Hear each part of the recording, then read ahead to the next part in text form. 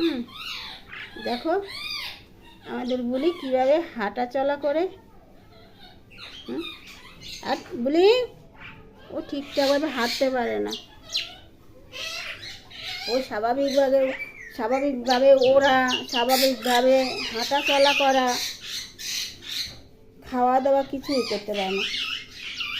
ওর পা দুটো প্যারালাইসিস, ওর ডানা দুটো একদম খারাপ, ওর খারাপ হয়ে গেছে আর কি। মানে ডাক্তার দেখিয়েছি, ওষুধ খাইয়েছি, কিন্তু ও ডাক্তারই বলে দিয়েছে যে আর ঠিক হওয়ার মতো না। যতদিন বেঁচে থাকবে ততদিন এইভাবেই ওই হাঁটাচলা করবে, এইভাবেই ও থাকবে।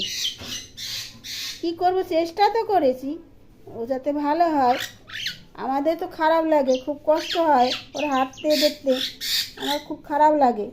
খারাপ লাগলেও কিছু করার নেই, কিন্তু ওকে যদি বাইরে ছেড়ে দেই তাহলে তো অন্য পাখিতে মেরে ফেলবে।